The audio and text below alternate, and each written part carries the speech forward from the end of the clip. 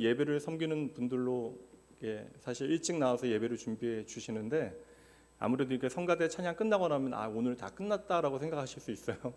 집중력을 발휘하셔서 사실 좀 옆모습만 보게 되고 좀 영상만 보게 되고 하다 보니까 예배 집중도가 상당히 좀 떨어질 수 있습니다. 그리고 대부분 이렇게 설교를 잘 들어주시기는 하는데 이제 간혹 가다 보면 이제 사람 마음이 그렇잖아요. 핸드폰도 한번 궁금하기도 하고 뭐 졸리면 좀 졸게도 되고. 근데 제가 왜 몰랐거든요. 성가대 계신 분들은 저는 같이 예배자로 섬기는 분들이니까 매 시간 예배를 너무나 잘 들으실 거라고 제가 여러분들을 너무 믿었나 봐요.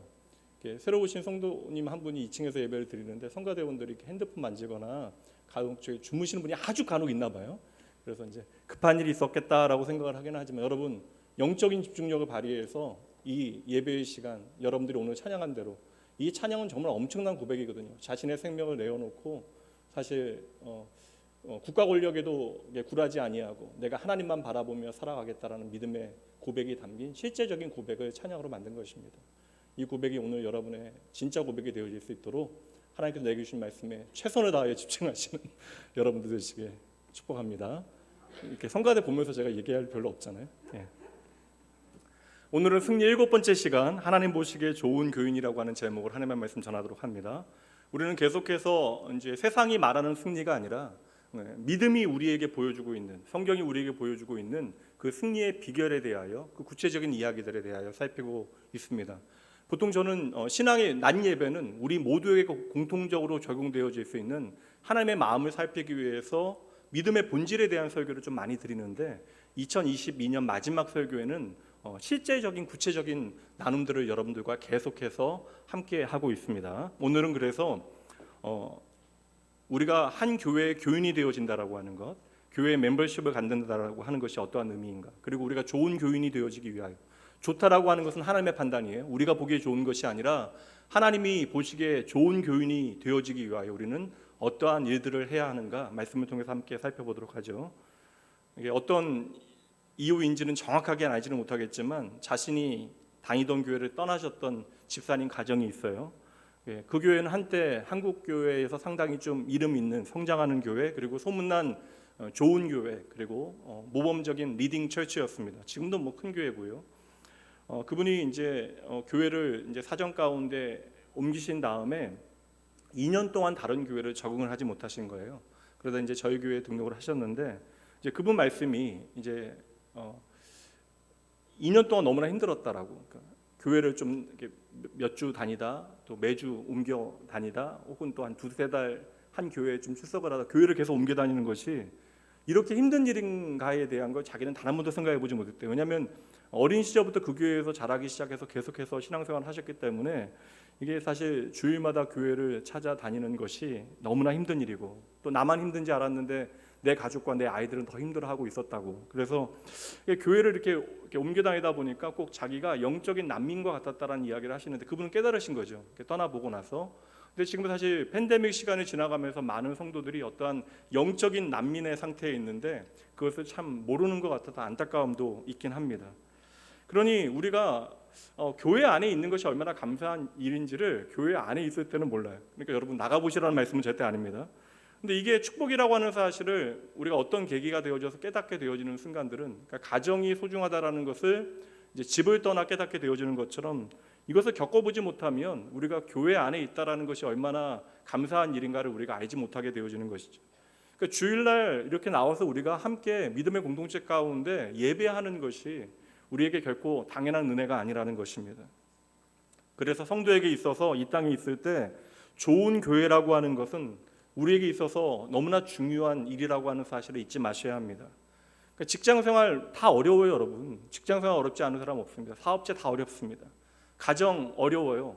그러한 순간들이 어느 순간 찾아올 수 있지만 그럼에도 불구하고 우리가 교회에서 은혜 받고 새 힘을 얻으면 다시 일어날 힘을 얻게 되어지는 것이죠. 그런데 우리가 아무리 뭐 내일 잘 되고 사업 잘 되고 직장 좋고 뭐 프로모션 받고 가정 좋다 할지라도 교회가 시험에 들게 되어지면 너무나 힘들어지는 것이에요. 그래서 우리는 마음과 뜻과 때로는 목숨을 다하여 좋은 교회를 만들고 지켜내야 하는 것이죠. 그런 여러분, 좋은 교회라고 하는 것은 어떠한 이상향과 같이 존재하는 것이 아니에요. 예전에 제 선배 목사님께서 이야기하시면서 좋은 교회 찾아다니는 교회 헌터들이 있다라고, 성도들이 계속해서 좋은 교회를 찾아다니는데 찾지는 못한다고 그러면서 하시는 말씀이 이유가 있대요. 왜냐하면 그 교회가 아무리 좋은 교회라도 이제 그 성도가 가면 그 교회는 더 이상 좋은 교회가 아니래요. 여러분, 교회라고 하는 것은 우리의 마음에 좋은 것이 중요한 것이 아닙니다. 오늘은 좋은 교회의 가장 중요한 기준들, 그리고 우리가 좋은 교인이 되어지기 위하여 어떠한 일을 해야 되는가 살필 거예요. 그래서 좋은 교회라고 하는 것은 그저 뭐 아이디어란 세계에 존재하는 것이 아니라 더할 수 없이 좋으신 최고의 하나님께서 조금은 부족하지만 하나님을 참으로 사랑하는 교회 안에 다양한 사람들의 하나됨을 통하여, 그들의 팀워크를 통하여 오늘도 만들어 가고 계시는 것이죠. 이것을 시편 말씀에서는 형제의 연합함, 하나님께서는 형제의 연합함을 너무나 기뻐하신다라고 말씀을 하십니다. 그러니까 교회가 좋은 교회가 되어지는 것, 훌륭한 교회가 되어지는 것은 하나님께서 너무나 기뻐하신다라는 것이죠. 저는 그래서 좋은 목사가 되어지는 것도 좋은 교인들이 있을 때 가능하다라고 믿어요. 그래도 제가 부족하지만 하나님 경외하는 마음 잃어버리지 아니하고 목회자의 자리를 이렇게 지켜낼 수 있는 것도, 사실 저를 보면 답이 없는데 제 인생에 더할 수 없이 제가 마음에 담고 기도하고 있었던 너무나 좋은 성도들이 있었기 때문에, 너무나 좋은 고마운 교인들이 있었기 때문에 가능한 일이 아닐까라는 생각을 해봅니다. 그래서 오늘은 승리하는 믿음 생활의 원리 7번째 시간으로 성경이 보여주고 있는 우리가 좋은 교인으로 성장할 수 있는 방법을 나누어 보도록 할게요. 먼저 중요한 전제, 그러니까 중요한 이제 바위를 놓는 작업부터 하도록, 디딤돌을 놓는 작업부터 하도록 할게요. 좋은 교인이 되어지기 위한 기초. 여러분, 좋은 교인이라고 하는 것은요, 교회의 머리가 그리스도이심을 잊지 않는 사람. 그러니까 좋은 교인의 기초는 교회의 머리 대신 예수 그리스도께 그 시선을 집중하는 사람이 바로 좋은 교인입니다. 15절 말씀 보도록 합니다. 오직 사랑 안에서 참된 것을 하여 범사에 그에게까지 자랄지라. 이 말씀은 다음 주 주제이기도 해요. 그 다음 말씀이 핵심적인 구절입니다. 그는 머리니 곧 그리스도라.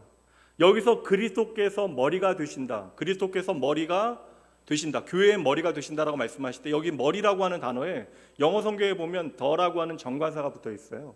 다시 말하면 이 단어 하나 때문에 이 머리는 절대 고유명사가 되어지는 것입니다. 절대 대체할 수 없는, 무엇도 대신할 수 없는 유일한 교회의 머리는 누구시다고요? 예수 그리스도이시다라는 뜻이 되어지는 것이죠. 그러나 여러분, 좋은 교회의 대전제 두 가지가 절대적인 요소예요. 첫 번째는 주님께서 그 교회의 머리가 되어지셔야 한다. 그리고 두 번째는 머리 대신 주님께 시선을 고정하는 사람들이 있어야 한다. 그러니까 교회는 주님께서 머리 되신다라는 사실을 믿어야 하는 것이고요.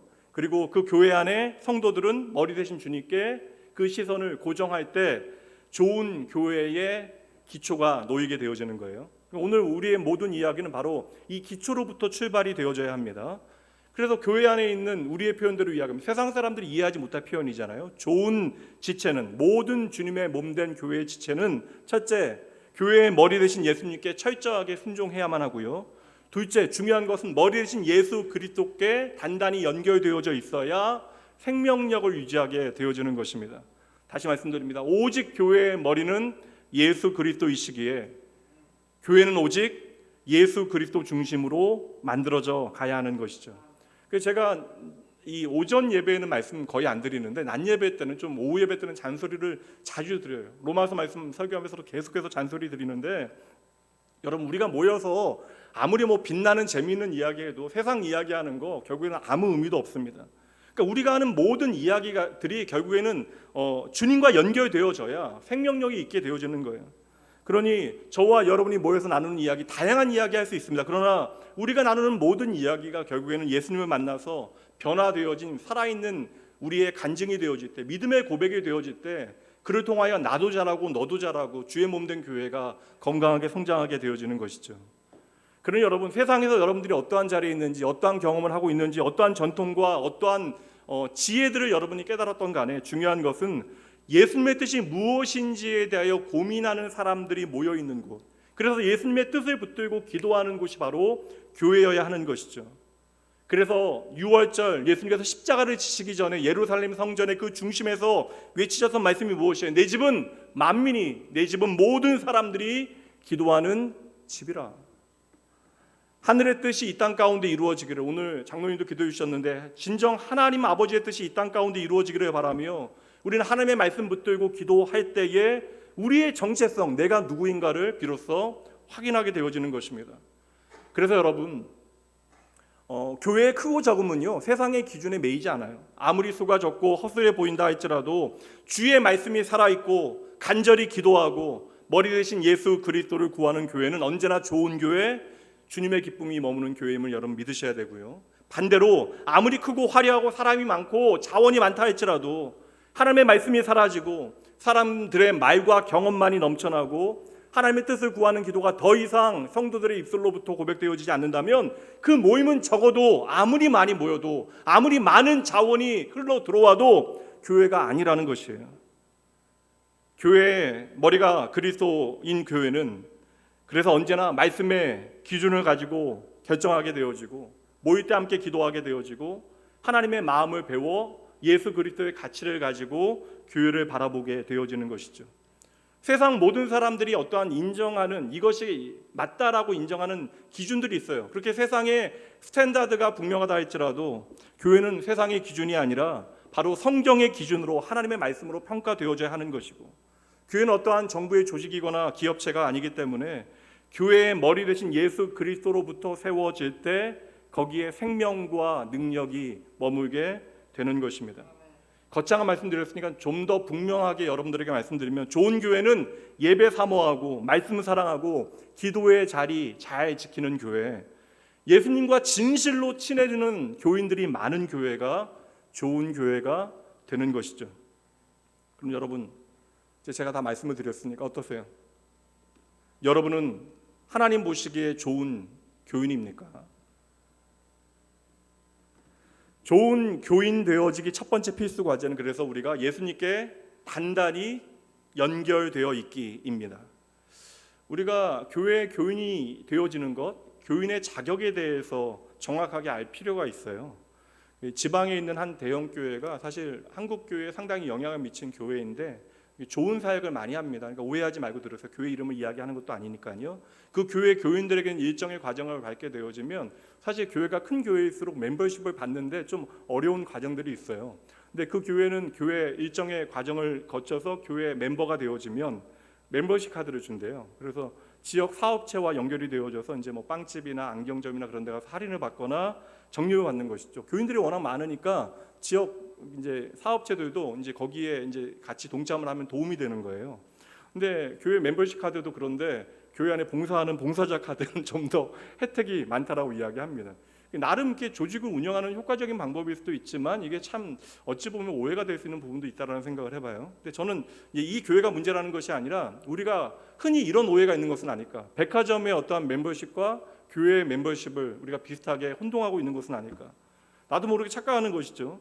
여러분, 그 백화점의 VIP 멤버십은 어떻게 갖게 되어져요? 전 모르니까. 혹시 가시는 분들 돈 많이 쓰면 갖게 되어지는 거죠. 다른 자격은 없어요. 그러니까 백화점에서는 내가 돈을 많이 쓰게 되어지면 제대로 된 멤버십 혜택을 받게 되어지는 거예요. 그래서 우리는 당연히 좀 돈을 쓴 만큼 회원의 특전을 따지게 되어지는 것이고, 그 특전이 합당치 않으면, 혜택이 우리의 마음에 들지 않으면 언제든지 옮겨갈 수 있습니다. 이것은 너무나 당연한 일이에요.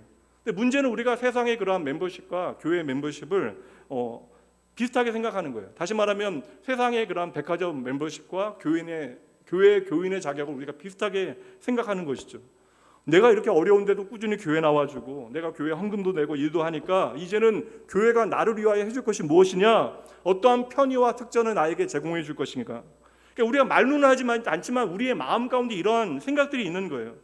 그래서 우리가 다양한 이유들을 이야기하지만 교회가 마땅히 내 감정과 느낌을 충분히 채워주는 어떠한 편의를 제공하지 않으면 언제든지 내가 좀 교회를 등한히 여기고 옮길 수 있다라고 하는 소비자 마인드로 교회 멤버십을 생각한다면 이것은 결코 성경적이지 못합니다. 다시 한번 말씀드릴게요. 교회는 머리 대신 예수 그리스도께서 구원하신 사람들의 모임입니다. 우리는 사실 교회 안으로 우리의 능력으로 들어온 것이 아니라고요. 여러분들 돈 많이 써서 아니면 세상에 성공해서 교회 안으로 들어오는 것은 아니에요. 그래서 교회 안에 들어오는 것은 어찌 보면 가장 문턱이 낮아 보이지만 교회 안에 들어오는 문턱은 너무나 높아요. 왜냐하면 예수 그리스도의 그 이름 없이는 우리는 이곳에 들어올 수 없기 때문에 그러합니다. 그리고 우리는 평생 다 갚을 수 없는 하나님의 놀라운 은혜를 받고 이 교회 안으로 들어오게 되어진 것이죠. 그러니 주님께서 머리가 되신 그 교회의 한 가족이 되어졌다라고 하는 것은 내가 어떠한 세상이 말하는 소비자로서가 아니라 이제는 여러분 은혜를 갚아야 하는 자로 우리가 이 자리에 함께 모여 있는 것입니다. 그래서 저는 교회가 의인들의 공동체라고 생각하지 않아요.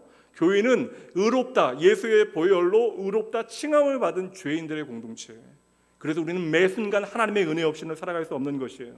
그럼 여러분 우리는 특권을 누리기 위하여 이 자리에 있는 것이 아니라, 물론 여러분 교회 조직은 여러분 귀히 여기고 교회는 열심히 다 여러분을 섬기겠지만 우리는 특권을 누리기 위해서 이 자리에 있는 것이 아니라 나의 생명 대신 예수 그리스도께로 내 삶의 방향을 전향적으로 옮겨놓고 이제 주님께 내가 헌신하기 위하여 이 자리에 함께 모여 있는 것입니다. 이것이 교회의 멤버십, 교인의 자격이 되어지는 거예요. 그러므로 여러분 이 땅에 있는 지역 교회들은요 결국 사람들을 통하여 교인들을 통하여 세워지는 것이고 교인들의 헌신으로 하나님께 부름받은 교인들의 헌신으로 자라나게 되어지는 거예요. 그리고 구체적으로 이어서 설명드리면 오늘 두 가지로 설명드릴 것인데 구체적인 교인들의 헌신은 교회 안의 사역과 헌금으로 교회를 섬기는 것입니다.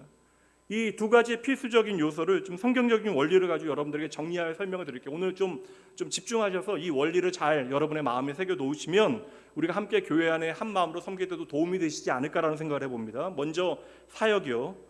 좋은 교인은요 사역의 자리를 잘 지켜야 합니다. 우리 주님께서 이 땅에 하나님의 뜻을 이루시기 위하여 한 참 인간 참 하나님으로 이 땅에 임하신 그 임마누엘 사건이요. 주님께서 이 땅에서 사역하실 때 당신의 몸을 움직이셔서 사역하셨습니다.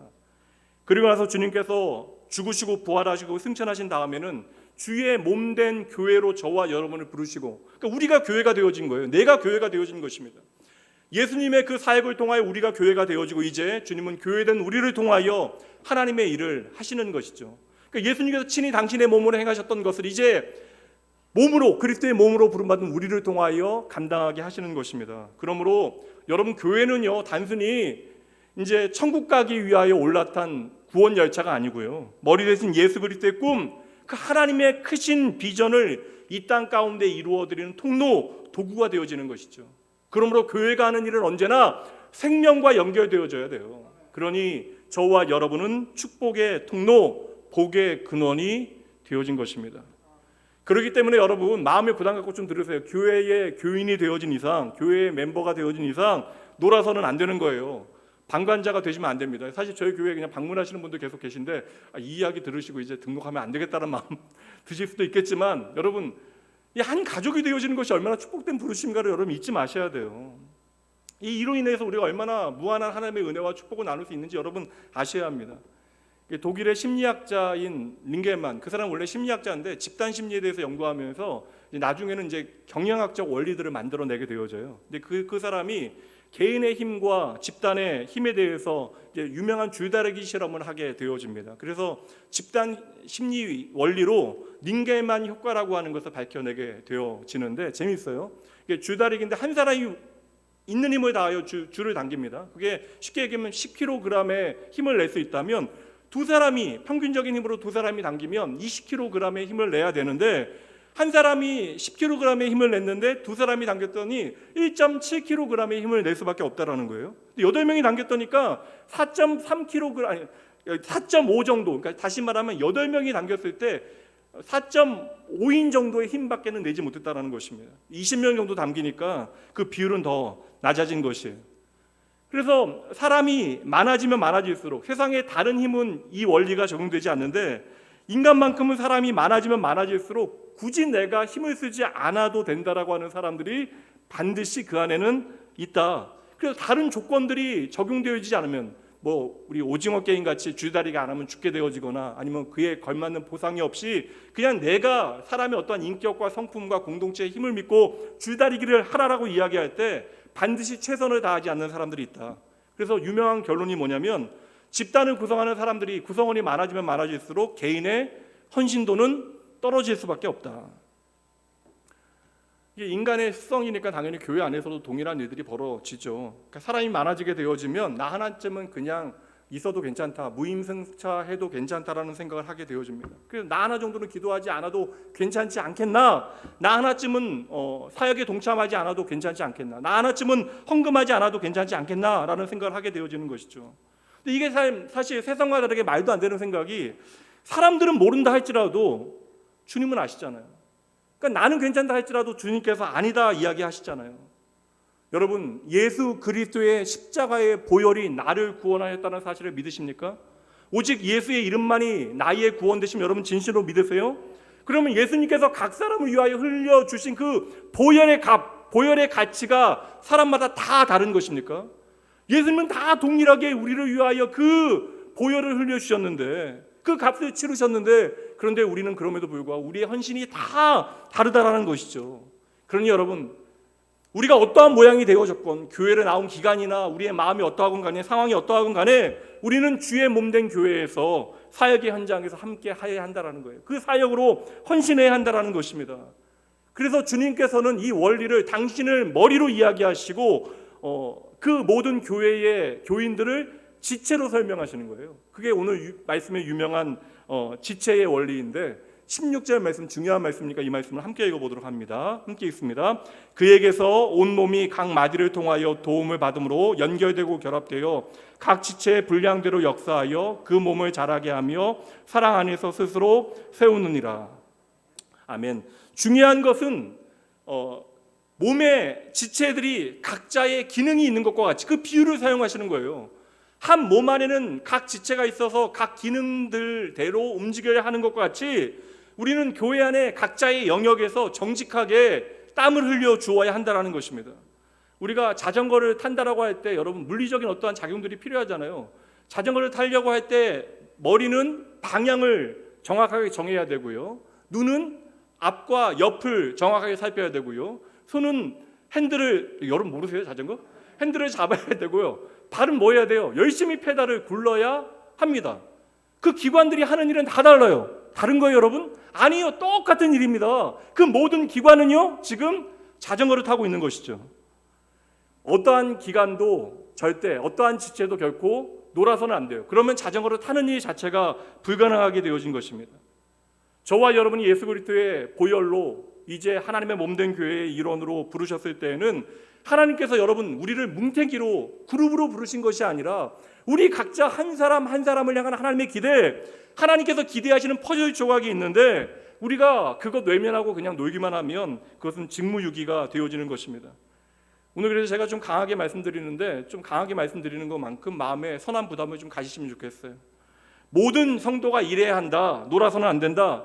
여기에 모든 성도는 여러분, 이 자리는 여러분 모두가 다 포함이 되어지는 것입니다. 어떠한 모양이 되어졌건 간에 한 사람의 예외도 없다라는 것이에요.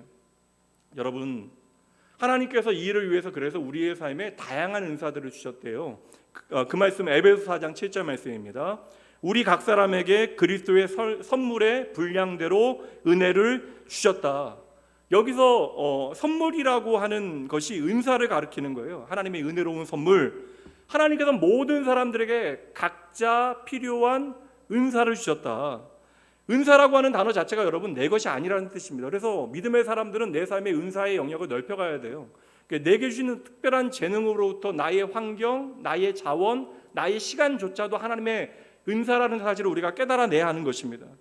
은사라고 하는 단어를 우리가 집중하게 되어질 때 우리가 이것은 내 것이라 착각하여 욕심내면 안 된다는 사실을 깨닫게 되어지는 것이죠. 그래서 여러분, 하나님의 거룩하신 부르심에 불순종하게 되어지면 은사가 은사로 일하지 못해요. 나의 재능이나 나의 돈이나 나의 어떠한 그 밖의 환경이나 자원이나 그냥 내 배 부르게 하고 내 등 따시게 하는 것으로 끝나게 되어져 버립니다.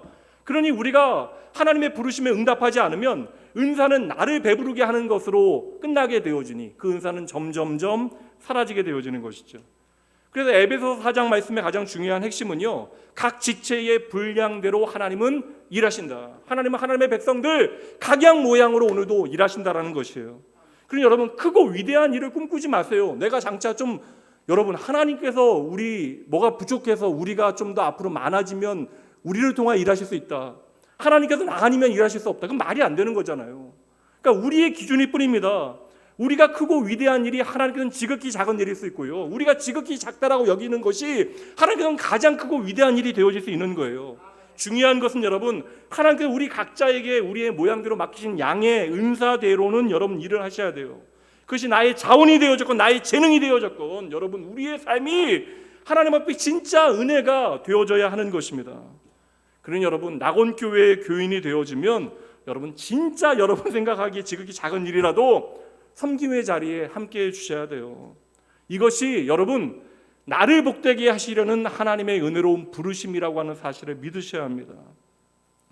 이 자리엔 다양한 모양으로 계시니까 교회 온 지 얼마 안 되신 분들도 계시잖아요. 그러니까 선뜻 내 기질이나 뭐 상황이나 성향이 어떠한 일들에 내가 막 뛰어들기가 어려운 분들도 계세요. 그런 분들은 이 엔젤 치료와 같은 이러한 일들, 교회 안에 함께 나누고 복음의 가치를 드러내는 일들에 동참해 주시면 돼요. 교회 안에 어떠한 일들이 있을 때 내가 그 일에 당장 뛰어들지는 못하지만 잠시라도 시간을 내어 교회를 위하여 기도해 주시는 일들로부터 시작하시면 됩니다. 이거 못하세요. 이제 끝났어요. 금년은 2023년에 하셔야 됩니다. 여러분 나름대로 하나님께서 마음의 소원을 두시고 행하시기 원하시는 사명을 감당할 수 있는 그런 방법들이 있을 거예요. 먼저 그러한 일들에 여러분 동참해 보는 것입니다. 그래서 저는 낙원교회에 좀 새로운 가족, 우리 안에 보내신 사람이잖아요. 그런 새로운 가족들을 하나님께서 보내셨을 때에는 우리가 감당하지 못하는 어떠한 사역의 빈 구석이 있을 터인데 이러한 사역의 빈 조각을 맞출 수 있는, 그들의 사역을 통하여 섬김을 통하여 맞출 수 있는 그런 하나님의 일하심의 계기가 되어지길 위하여 기도를 해요. 그러니까 여러분 좀 교회에서 여러분들 청하면 기쁘게 응해 주시고 11월, 12월 되면 뭐 목회자도 눈 피하시고 전화 안 받으시고 하시는데 그러지 마시고 좀 목회자들이 청할 때에 좋습니다, 제가 해보겠습니다, 좀 흔쾌히 시원하게 대답 좀 해주시면 안 되겠습니까? 저희 교회는 생각보다 성도들에게 뭐 일을 막 부탁하지 않아요. 저도 뭐 손에 꼽거든요. 제가 6년 동안 지금 목회하면서 성도들에게 직접 뭐라도 해달라고 부탁드리는 일이 거의 없어요. 그러니까 자발적 헌신일 때 그 헌신을 통하여 우리의 신앙이 자랄 수 있다고 믿기 때문에 하나님께서 각 사람에게 좀 뜨거운 열망을 주시기를 위해서는 기도하지만 제가 직접 전화드려서 뭘 해달라고 부탁드리는 일은 거의 드문 일입니다. 그러니 여러분 목회자들이 좀 청하게 되어질 때 여러분들의 사정 다 알거든요. 그럼에도 청할 때에는 이 사역이 여러분들에게 유익이 되어지고 교회도 꼭 필요한 사역이니까 청하는 거예요. 그러니까 좀 기꺼이 여러분 웃으면서 제가 하겠습니다라고 좀 대답을 해 주십시오. 목회자로 좀 부탁을 드리는 거예요. 그리고 여러분 약속하시면 억지로 한 약속이라 생각하지 마시고 이 약속은 억지로 했더라도 하나님과 한 약속이니 여러분의 어떠한 사업장의 수익이나 계약보다 더 소중히 다루어 주셔야 합니다. 여러분 확신합니다. 하나님께서 주의 몸된 교회를 위하여 땀 흘린 주의 자녀들의 그 수고를 여러분 잊으시겠어요? 여러분 하나님 반드시 갚아 주실 것이에요. 우리가 몸을 열심히 움직이지 않으면요, 몸을 움직이지 않으면 그냥 이렇게 식어요. 그러면 괜히 입만 살아나게 됩니다. 부정적이 되고 말은 많아지고 남의 집에 온 것처럼 계속 불편한 마음만 들어요. 그러니까 하나님의 창조의 법칙 있잖아요. 몸을 움직이지 않으면 어떻게 돼요? 보니까 얼마 전에 무슨 연구를 했는데 10주 동안 몸을 움직이지 않으면요, 10주 동안 몸을 움직이지 않고 누워만 있으면 몸의 근육이 50% 이상이 빠진대요. 그러니까 하나님의 창조의 원리 가운데 몸을 움직이지 않으면 건강을 유지할 수 없게 하나님께서 만드셨어요. 운동하지 않으면 몸이 약해지는 것처럼 성도가 하나님의 뜻을 몸으로 열심히 나타내어 움직이지 않으면, 사역하지 않으면 영적인 체질 자체가 나빠져요. 그리고 끝내 병에 들게 되어지는 것입니다. 그러니 교회는 여러분 방관하는 자리가 아니에요. 잡담하는 자리가 아닙니다. 대책 없는 비난만 하는 자리가 아니에요. 교회는요 하나님의 뜻대로 기도하는 공동체, 그리고 교회는 주님의 말씀대로 땀 흘려 헌신하는 자리가 되어져야 하는 것이죠.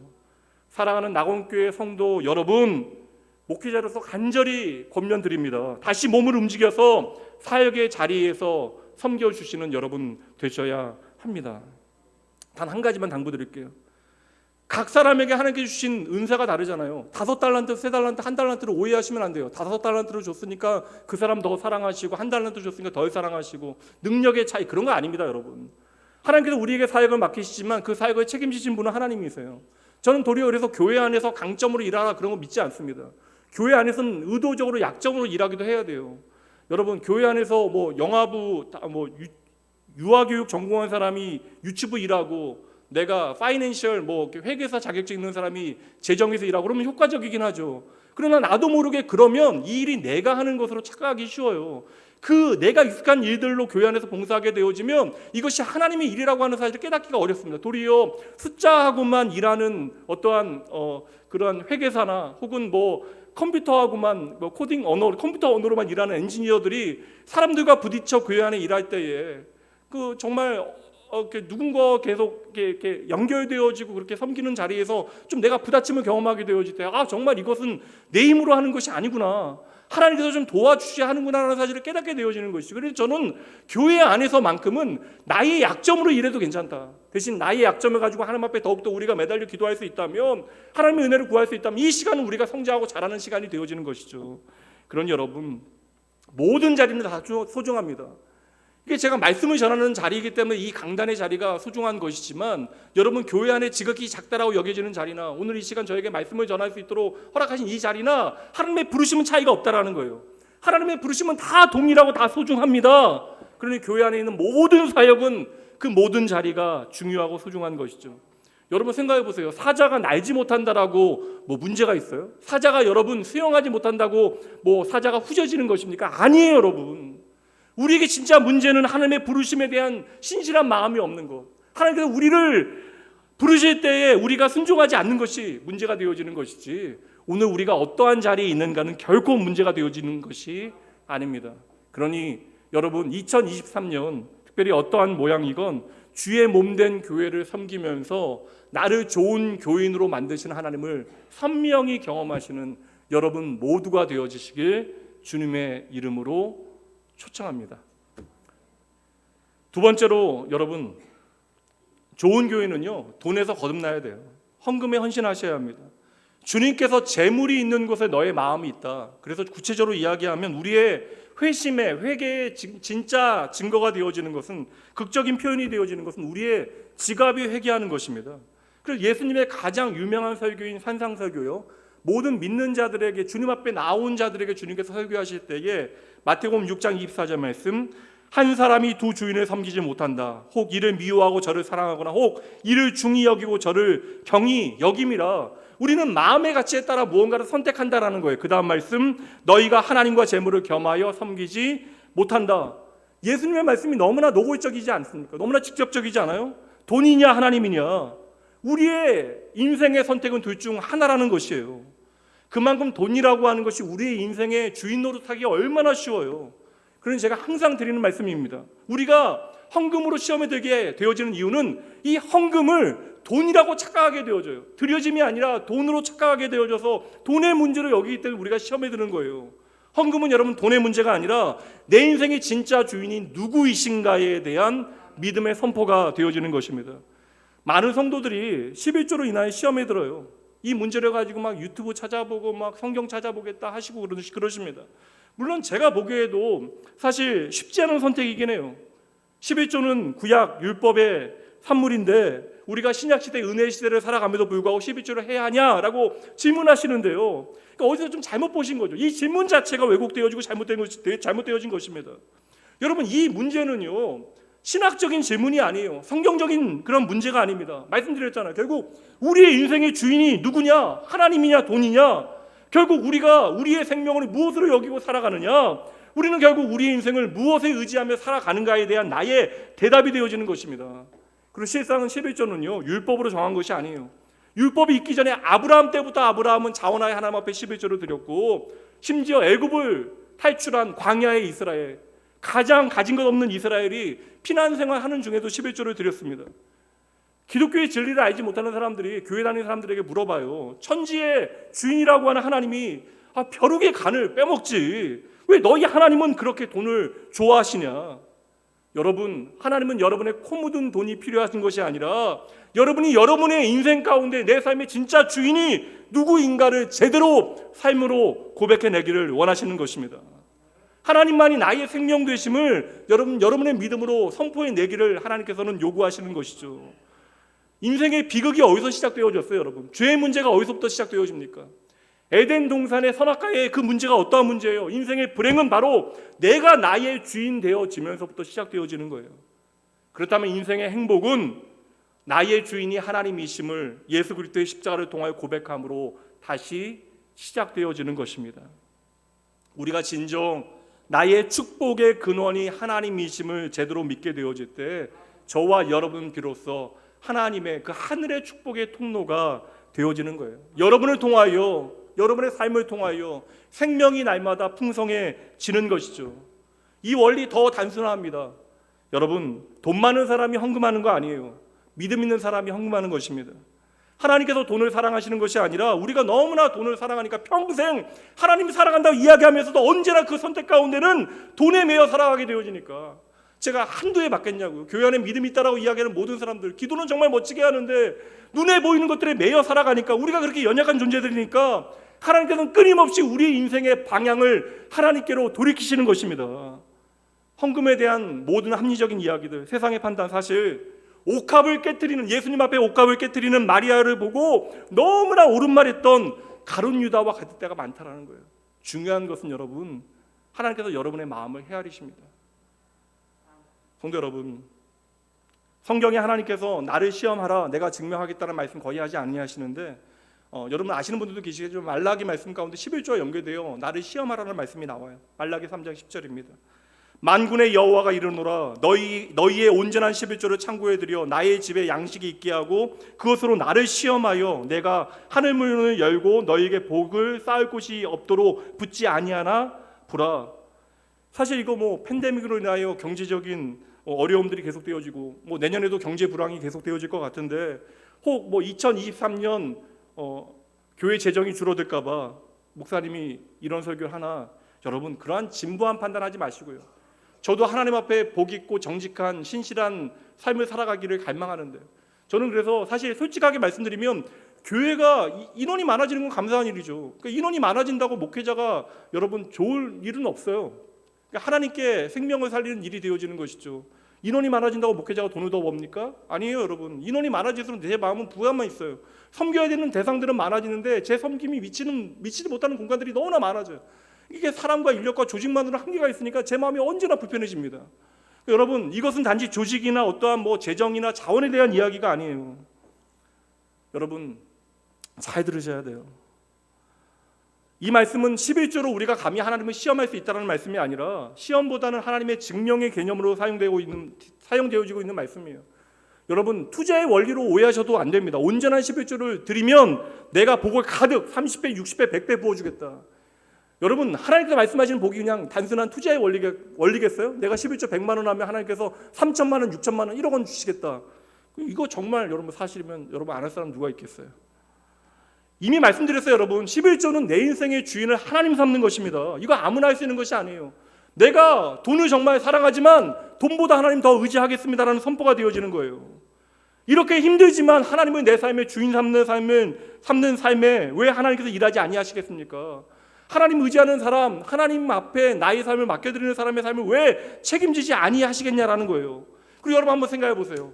많은 사람들이 세상에 매여 살아가는데 우리가 신앙생활하면서 하나님을 진짜 나의 주인으로 모시고 살아갈 수 있다라고 하는 것, 하나님이 주인 되시는 삶을 살아갈 수 있다라는 것, 여러분 이게 축복 아닙니까? 그래서 저는요 그냥 돈 남으면 모으지도 않아요. 그냥 다 헌금합니다. 교회. 제가 헌금하니까 여러분 헌금하라는 얘기가 아니라 그냥 저는 그냥 그렇게 살아요. 저희 아버지도 그렇게 사셨고 저도 그냥 돈 남으면 무조건 헌금해요. 평생 돈에 매여서 돈의 노예로 사는 것이 아니라 평생 하나님의 은혜에 매여 기꺼이 주의 종으로 살아가는, 세상에서 왕이 되어지는 것을 만족하는 것이 아니라 주의 신실한 청지기로 살아가는 것이 복되다라고 하는 고백이 여러분의 고백되어지길 주님의 이름으로 축복합니다. 이미 두 가지 원리를 말씀드렸어요. 우리의 사역에 구체적으로 나타나야 되는 사역에 대한 이야기, 그리고 이 헌금에 대한 이야기.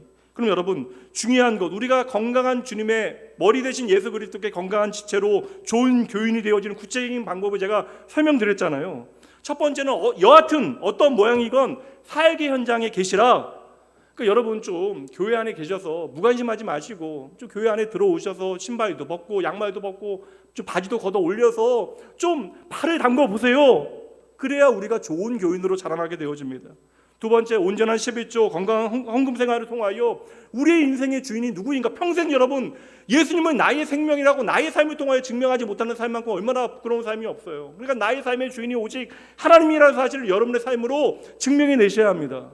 근데 여러분 잘 보세요. 이 사역과 헌금이라고 하는 구체적인 지침이 우리의 삶에 진짜 좋은 성도의 증거가 되어지기 위해서는 더 중요한 것이 있습니다. 그 기초, 여러분 경건의 훈련을 게을리하시면 안 돼요. 그러니까 경건 없는 헌금과 사역은 자기 의로움에 빠지게 되어지거나 시험에 들게 되어집니다. 이거 잘해서 문제 생긴 교회들 있잖아요. 헌금도 잘하고 교회 안에 봉사도 많이 하는데 교회 완전히 깨어지게 되어진 초대교회, 고린도 교회, 다음 주에 살피도록 하겠습니다. 한번 따라해 보도록 합니다. 말씀과 기도가 경건에 이르는 길입니다. 다시 한번요. 말씀과 기도가 경건에 이르는 길입니다. 이거 여러분 얼마나 자주 말씀드리는 거예요. 근데 오늘 여러분의 삶의 말씀과 기도가 우리의 경건의 기초가 되어지지 못한다면 여러분 정말 이 원리가 여러분의 삶에 진짜 역사해야죠.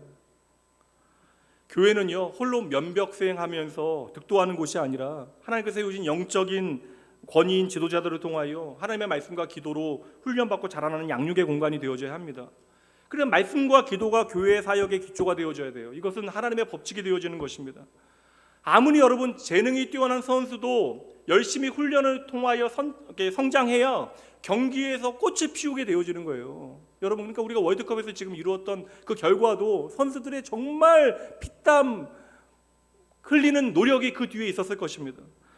여러분 훈련되어지지 않는 선수를 경기에 내보내는 감독은 어리석은 감독이죠. 아무리 교회 일이 급하다 할지라도 그래서 말씀과 기도로 양육되지 않은 사람들 너무나 조급하게 사역의 현장에 투입하게 되어지면 역기능이 발생합니다. 그래서 때로는 교회의 필요를 통하여 다양한 이유로 사역자들을 교회 안에 청할 때에는 반드시 그 다음에 말씀과 기도로 그들을 양육하는 과정이 함께 가야 하는 거예요. 그래야 여러분 제대로 된 헌신이 가능해지는 것입니다.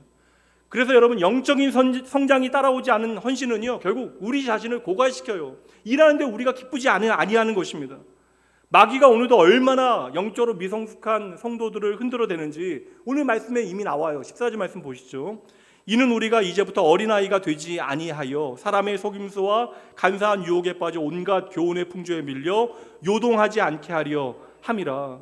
하나님 없는 온갖 세상의 경험, 가치, 철학, 생각들로 마귀는 끊임없이 교회를 흔들려고 한다는 거예요. 그래서 우리가 하나님의 말씀과 기도를 통하여 단단히 훈련되지 않으면 쉽게 말하고 쉽게 선동되어지고 쉽게 마음이 흔들리게 되어집니다. 말씀 그대로예요. 우리가 건강하게 좋은 교인으로 성장한다는 것은 요동하지 않는 거예요. 흔들리지 않는 것입니다. 자리를 잘 지켜내는 것, 여러분 이것이 하나님 앞에 신실함의 증거가 되어지는 것이죠. 이를 위하여 하나님께서 목회자들을 여러분의 훈련 코치로 세우신 거예요. 그러니 여러분들의 영적인 건강을 위하여 여러분 자신을 위하여 목회자의 권위를 존중하고 그들이 전하는 세상적인 이야기는 듣지 않으셔도 돼요. 그들이 전하는 성경적인 가치에 순종해 주셔야 합니다. 한국교회가 귀한 하나님의 은혜 가운데 성장한 것이 감사하긴 하지만 일부 목회자의 제왕적 권위주의가 한국교회에 큰 문제가 되어졌어요. 그래서 먼저 하나님 앞에 한국교회 오늘에 대해서 회개해야 되는 것은 목회자입니다. 그리고 과거에 얼마나 그들이 신선한 사역을 했건 오늘 하나님 앞에 부끄러운 일을 행한다면 그것은 하나님 앞에 그들이 반드시 책임져야 되는 거예요. 그럼에도 불구하고 여러분 목회자의 성경적인 권위는 반드시 교회에서 존중되어져야 합니다. 왜냐하면 그들의 영적인 건강이 여러분들의 신앙생활과 직접적으로 연결이 되어지기 때문에 그래요. 지난주에도 말씀드렸잖아요. 한 목회자도 인간적으로 부족할 수 있습니다. 우리는 목회자를 완전해서 따르는 것이 아니라 그를 향한 하나님의 섭리를 믿고 그 권위에 순종해야 하는 거예요. 그가 전하는 성경적 가르침에 우리는 순복해야 하는 것입니다.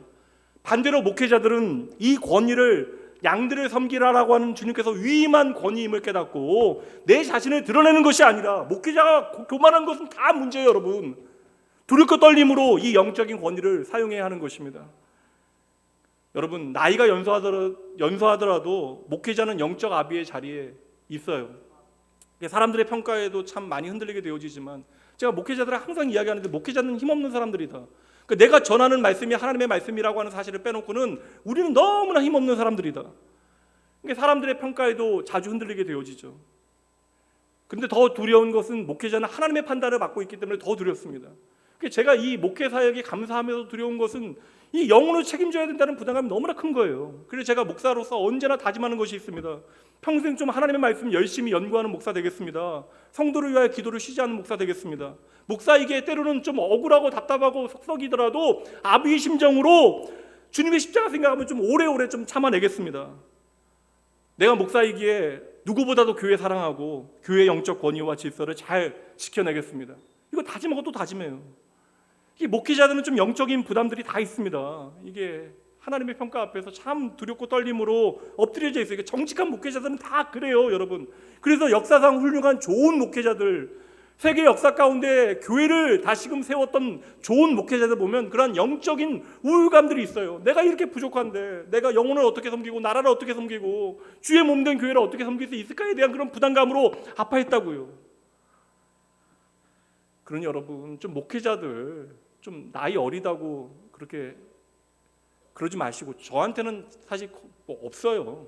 부교육자들 우리 다 잘해주시지만, 부교육자 저도 잘못했어요.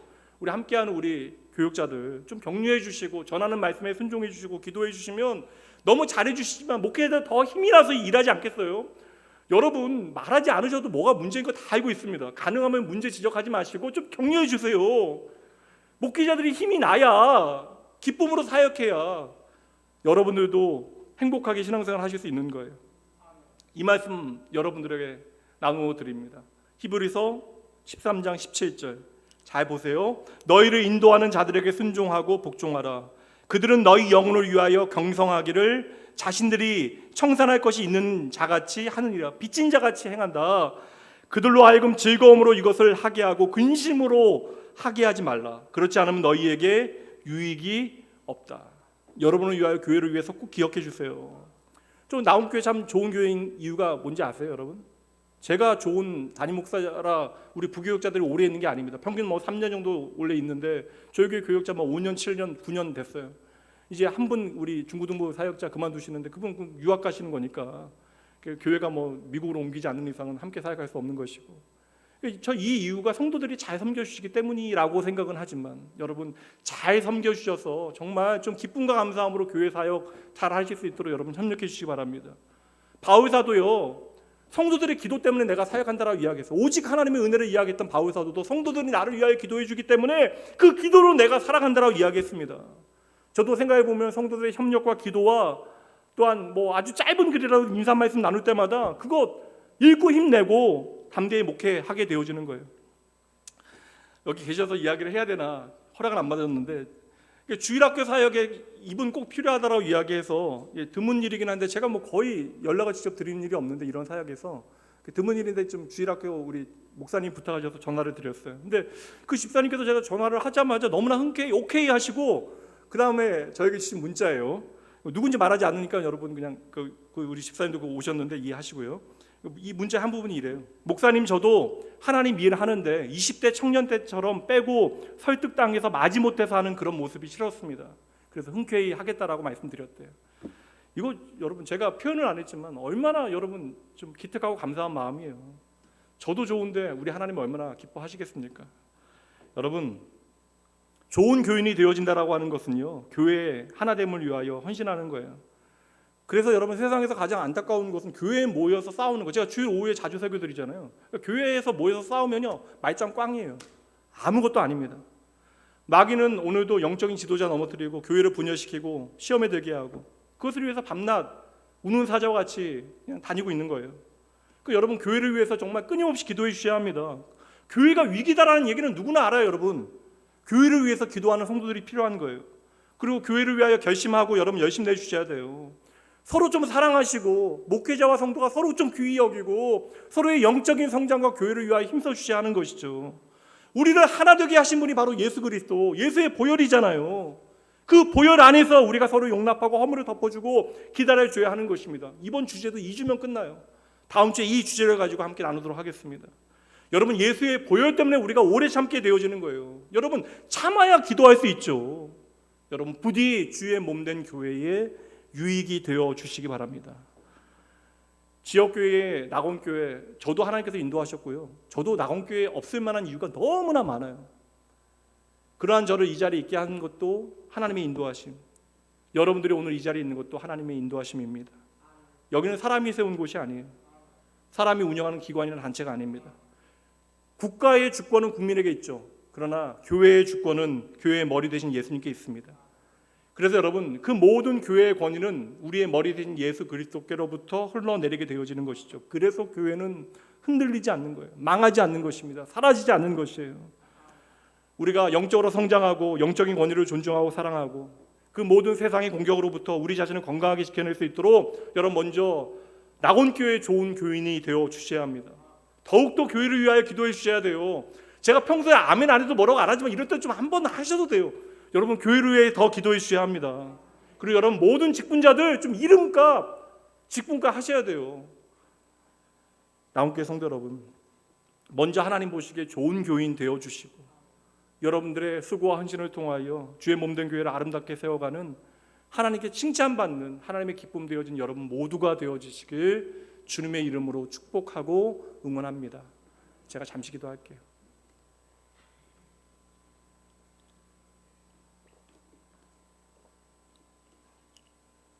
하나님, 나의 사랑하는 아버지, 매 예배 때마다 저희에게 허락하신 말씀을 통하여 아버지 하나님의 마음을 배우게 하여 주시옵소서. 그 말씀이 저희의 삶에 오늘 살아있는 능력 되게 하여 주시옵소서. 아버지, 주님의 몸된 교회 되어진 낙원교회를 사랑합니다. 이 교회의 교인이 되어진 것을 너무나 가볍게 생각했던 것을 주여 용서하여 주시옵소서. 주님의 몸된 교회를 내 취향과 감정에 맞추려 했던 것도 주여 용서하여 주시옵소서. 주님, 이제 거룩한 주의 부르심에 응답하여 주의 뜻을 위하여 헌신하겠습니다. 나의 시간과 정성과 재능과 물질과 환경 주님을 위하여 기꺼이 사용하게 하시되 주의 말씀과 기도로 잘 훈련받고 헌신하여 하나님께서 기뻐하시는, 주님께서 원하시는 좋은 교인으로 날마다 자라나게 하여 주시옵소서. 아버지여, 주님의 몸된 낙원교회를 축복하시고 이 교회를 통하여 우리를 살려주시고 이 지역을 살려주시옵소서. 어제나 오늘이나 영원히 교회의 머리 되신 예수님 이름으로 간절히 기도합니다. 아멘. 이 시간 여러분 말씀 붙들고 잠시 여러분들의 결단과 선택이 달려 있으니 이제 여러분 기도하세요. 여러분 잠시 말씀 붙들고 내가 하나님 앞에 이제 주의 몸된 교회를 위하여 또한 주의 몸된 교회의 좋은 교인 되어지기 위하여 어찌 나의 삶을 살아드려야 하는지 하나님 앞에 말씀 붙들고 결단하며 잠시 우리의 고백을 주님께 올려드리도록 하죠. 잠시 기도합니다. 무엇으로 주를 섬길지 어디로 가야 할지 헤매이는 나를 아시고 길을 여시네. 하나님 아버지 다시 여호와를 바라보게 하시옵소서. 내 삶은 주의 것 아버지, 내 삶은 주의 아버지 말씀만 아버지 경건에 이르는 믿음의 길을 잘 걸어가게 하시되 하나님 우리 주 되신 예수 그리스도의 주께 아버지 드리네. 보이지 하나님의 거룩하신 하나님 주의 뜻을 위하여 걷네. 하나님 나의 삶의 모든 것을 하나님 앞에 아버지 하시되 모든 것이 주의 은혜오니 하나님 아버지 주의 거룩하신 부르심의 믿음을 응답하여 하나님이 원하시는 귀한 주의 자녀답게 아버지여 주님이 원하시는 주의 몸된 교회의 좋은 교인으로 저희들 날마다 자라날 수 있도록 은혜 더하여 주시옵소서. 하나님 일하여 주시옵소서.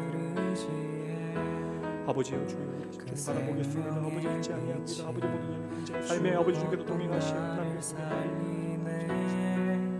날마다 내 십자가 지고 예수만 따르네. 부활이요 생명이신 주 영생을 누리네. 이 시간 기도합니다.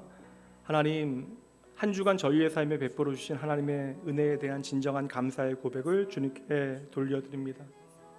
드려지는 이 물질과 함께 저희의 삶 전체를 주님께 드리기 원하오니 하나님 참으로 어려운 형편 가운데 기꺼이 감사함으로 드렸습니다. 하나님 이 물질이 쓰여지는 곳마다 하나님의 생명의 역사와 주님의 영광만이 드러나게 하여 주시옵소서. 저희의 작은 헌신과 섬김을 통해 일하시기 원하시는 주님의 마음을 날마다 배우게 하시어 주의 마음으로 성실과 정직함으로 저희의 인생 잘 살아내고 그리하여 하나님 앞에 저희 인생이 참으로 기쁘고 자랑스러운 인생 되어질 수 있도록 주여 축복하여 주시옵소서. 저희 인생 전체가 하나님만이 주실 수 있는 평강과 은혜와 사랑으로 가득 채워지길 소원하오며 우리의 내면 깊은 곳으로부터 솟아나오는 우리의 참된 기쁨과 만족 되신 예수 그리스도 그 이름으로 축복하며 간절히 기도합니다. 이제는 우리 주 예수 그리스도의 은혜와 하나님의 사랑하심 성령 하나님의 함께하심이 좋은 교회는 좋은 교인을 위하여 좋은 교인을 통하여 세워짐을 기억하고 교회의 머리 되신 주님의 뜻을 듣고 순종하여 구체적인 우리의 헌신과 수고를 통하여 교회를 교회답게 만드신 하나님 기대하고 주의 몸된 교회에 이제는 좋은 일꾼으로 건강하게 자라나기로 작정하는 모든 사랑하는 주의 백성들을 위해 그들의 가정과 자녀와 일터 위에 오늘 새롭게 주의 몸된 교회를 위하여 헌신하기로 다짐하는 낙원의 교인들을 위해 이번 주 중요한 수술을 앞둔 주의 자녀 오랫동안 기다렸던 만남을 위하여 해외에 출국하게 되어지는 성도 위해 지금으로부터 영원까지 함께 있을지어다. 아멘.